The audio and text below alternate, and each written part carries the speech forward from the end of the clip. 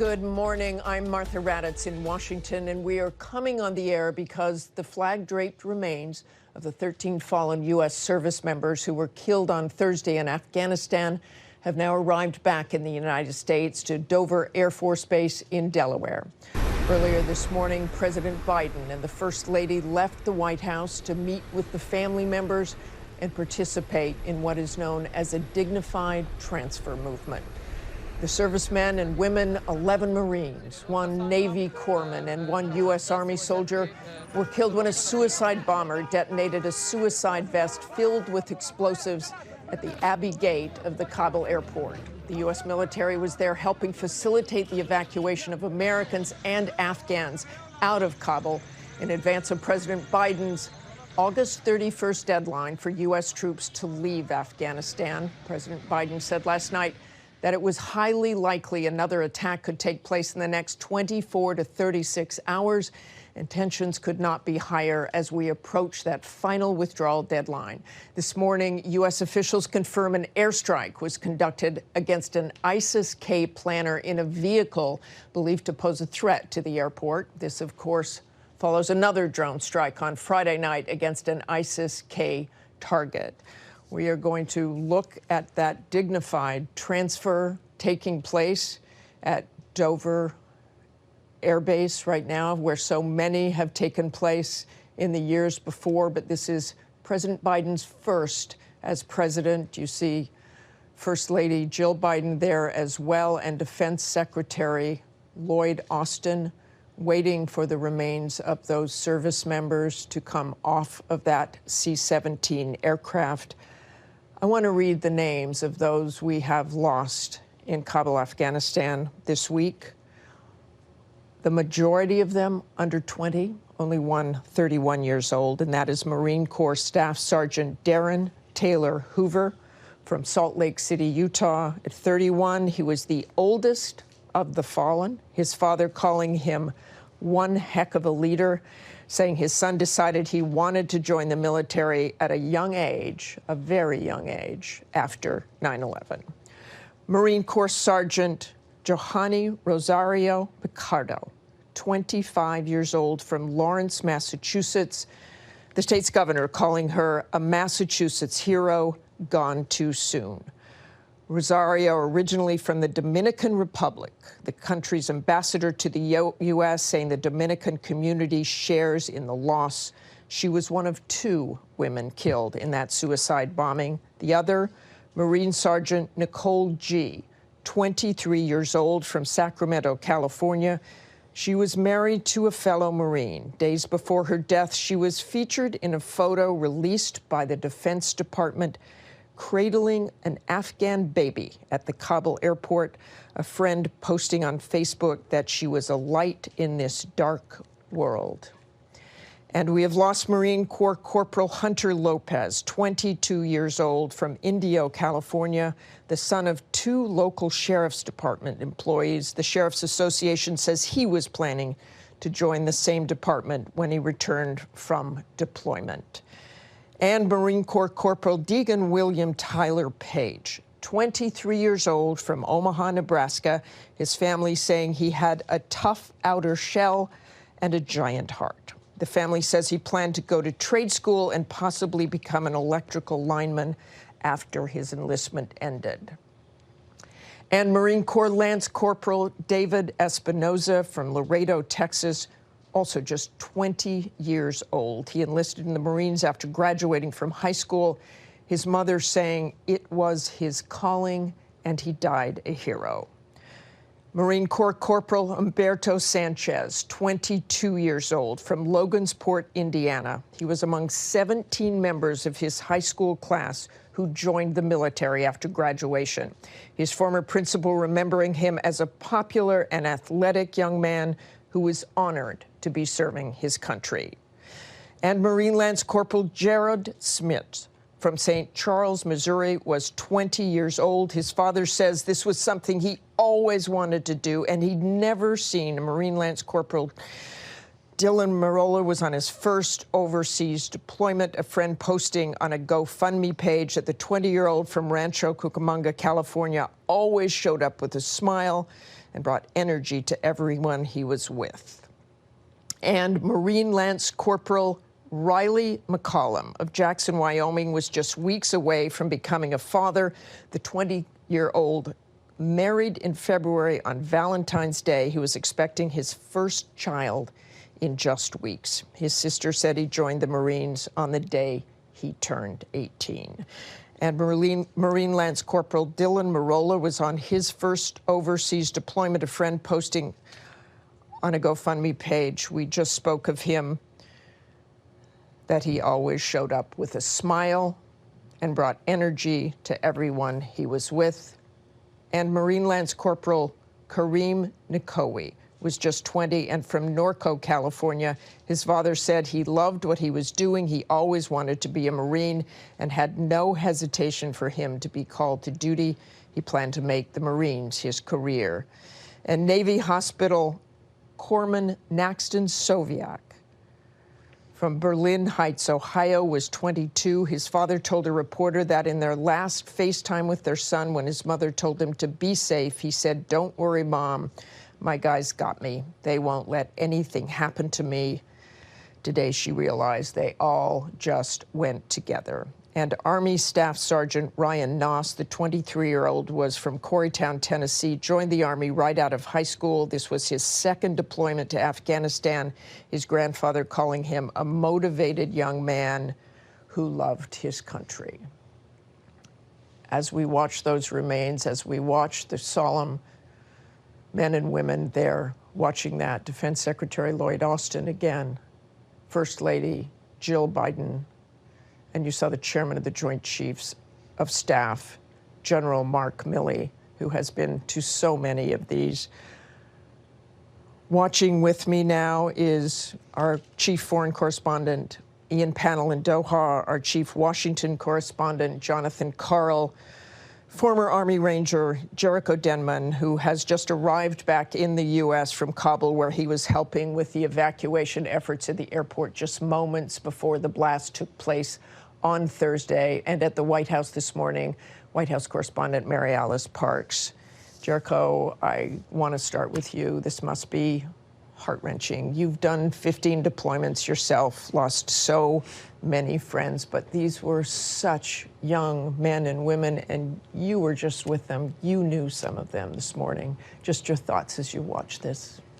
Yeah, my thoughts now are with, I was with that platoon all through the week, just thinking about the times that I had interactions with a few of them that I can remember very vividly in my head, and how happy they were to be there, and how selfless and humble they were in everything they were doing. And then really, I'm thinking back to the experiences I've had, and just thinking about all the traumatic baggage and the work that everyone is going to be putting in the weeks to come and the years to come of how much this is going to touch so many people. And just hope that it's as easy for them as it possibly can be.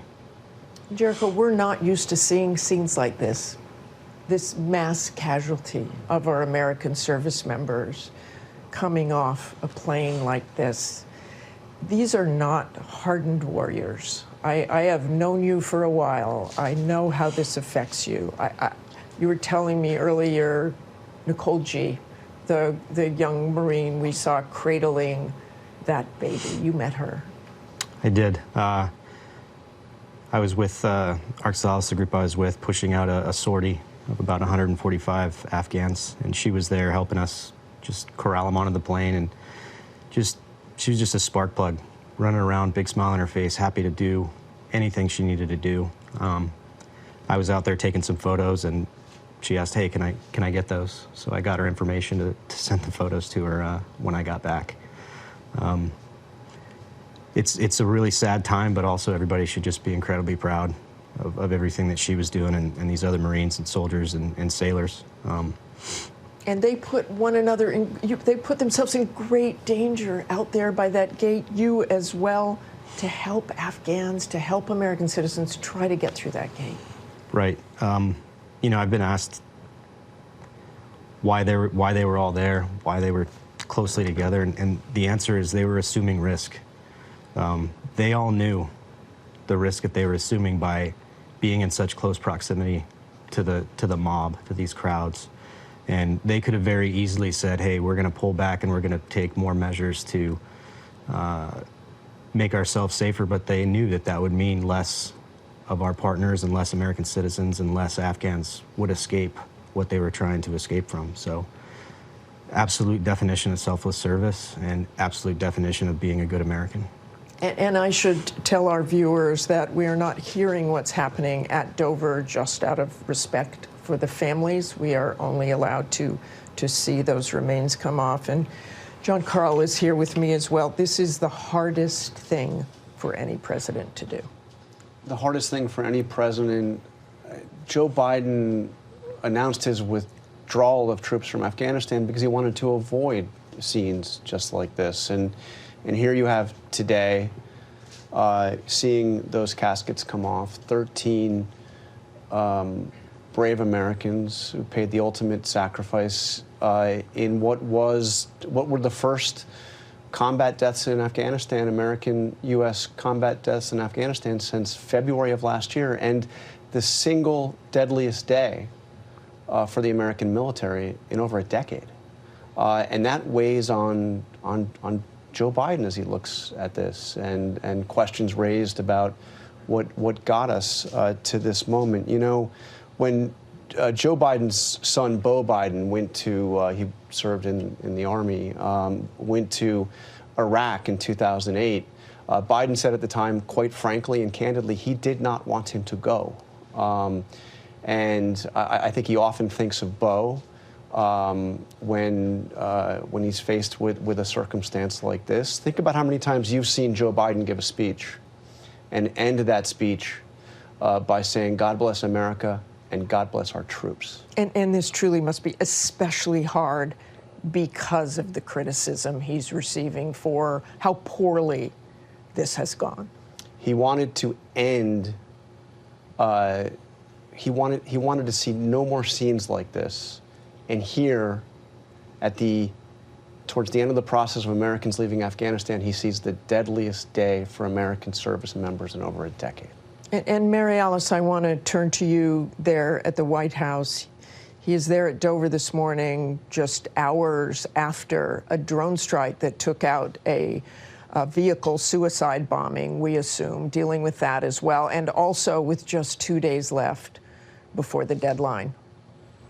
And Martha, the Pentagon confirmed that second strike just as the president was starting to meet with families. The Pentagon saying that it was a proactive defensive strike to thwart an imminent attack. You can imagine that he might have gotten questions today there while talking to families. The White House told us that he was being kept abreast of everything that was going on. He's traveling with members of his national security team. But back to John's point there about just how the president had hoped to avoid scenes like this. In some ways, the country's been grappling not only with the magnitude of this attack, but like you said, just how young the service members were, 20 to 31 years old. And in a tragic way, that seems to sort of underscore exactly what the president had been saying this last week when he would defend his decision to withdraw, that he did not want to see another generation in harm's way. You know, I think about how he often prides himself on being a consoler in chief. He sees it as a strength that he has as a leader, someone who can talk about the pain of losing family members. But of course, this is different because he acknowledged this week that as commander in chief, all final decisions rest with him, and the families there know that. Martha. Thanks, Mary Alice. Ian, I want to turn to you. We know you were in Kabul just before that blast, and I am struck by looking at the tail of that C-17 and how many have taken off. They have gotten about 110,000 Afghans and American citizens out of there with a great deal of work, a great deal of risk. But 2 days from now, the U.S. military will be out of there. And what do you expect? Yeah, that's right. And I just want to echo what Jericho was saying, because we met him on the site and we were on that very spot where the blast took place 24 hours earlier. And he's absolutely right. They were taking incredible personal risk for rescuing and helping Americans and Afghans every single minute of the day. And of course, that shrinking time window exacerbated the sense of having to get people out quickly and contributed to the mass crowds and the difficulty of conducting that operation. But you're right, 48 hours to go.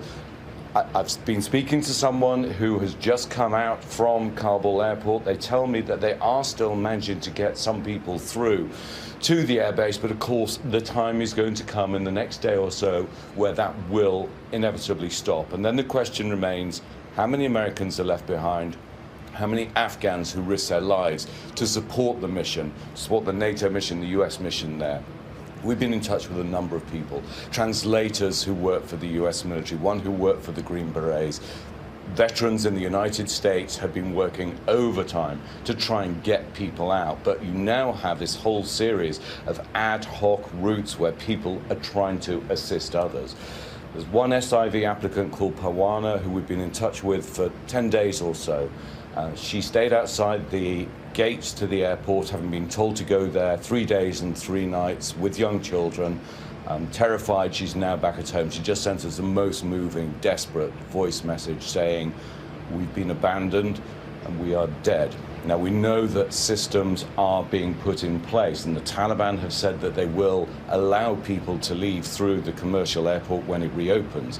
But remember, we were at the very first Taliban press conference. I was in the front row. I asked the Taliban, will you guarantee the safe passage of those Afghans who work with the Americans to the airport? And he said yes. You know, the promises that the Taliban have made have not been adhered to. And although we can say, yes, there is a system in place, the reality tonight is that there are tens of thousands of people who believe they've just been sentenced to death. And just one thing before I hand back to you, a thought for the 170 Afghans who also tragically died. They died because they were trying to get out of the country. They were already in fear for their lives.